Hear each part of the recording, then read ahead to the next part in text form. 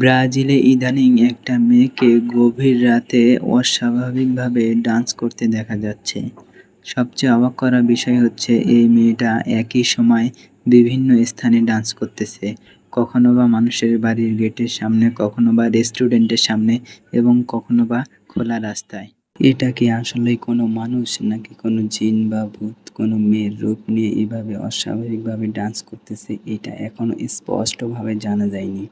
আপনার কি মনে হয় এই মেয়েটা কি আসলেই মানুষ নাকি কোনো জিন বা ভূত? অবশ্যই কমেন্ট বক্সে কমেন্ট করেন। আপনার কমেন্টের অপেক্ষায় থাকবো আমরা।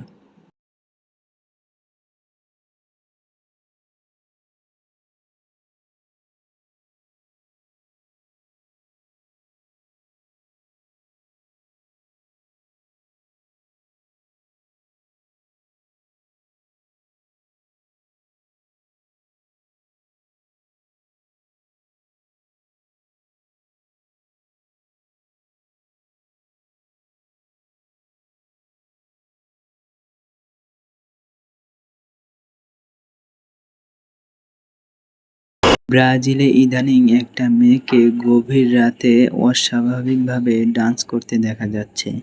সবচেয়ে অবাক করা বিষয় হচ্ছে এই মেয়েটা একই সময় বিভিন্ন স্থানে ডান্স করতেছে। কখনো বা মানুষের বাড়ির গেটের সামনে, কখনো বা রেস্টুরেন্টের সামনে এবং কখনো বা খোলা রাস্তায়। এটা কি আসলেই কোনো মানুষ নাকি কোনো জিন বা ভূত কোনো মেয়ের রূপ নিয়ে এভাবে অস্বাভাবিকভাবে ডান্স করতেছে এটা এখনো স্পষ্টভাবে জানা যায়নি। আপনার কি মনে হয় এই মেয়েটা কি আসলেই মানুষ নাকি কোনো জিন বা ভূত? অবশ্যই কমেন্ট বক্সে কমেন্ট করেন। আপনার কমেন্টের অপেক্ষায় থাকবো আমরা।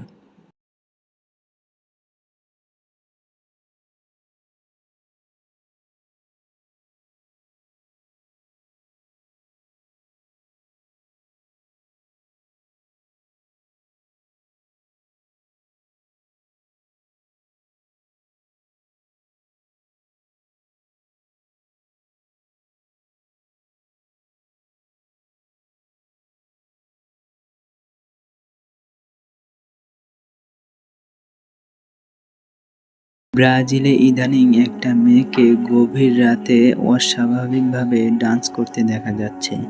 সবচেয়ে অবাক করা বিষয় হচ্ছে এই মেয়েটা একই সময় বিভিন্ন স্থানে ডান্স করতেছে। কখনো বা মানুষের বাড়ির গেটের সামনে, কখনো বা রেস্টুরেন্টের সামনে এবং কখনো বা খোলা রাস্তায়। এটা কি আসলেই কোনো মানুষ নাকি কোনো জিন বা ভূত কোনো মেয়ের রূপ নিয়ে এভাবে অস্বাভাবিকভাবে ডান্স করতেছে এটা এখনো স্পষ্টভাবে জানা যায়নি। আপনার কি মনে হয় এই মেয়েটা কি আসলেই মানুষ নাকি কোনো জিন বা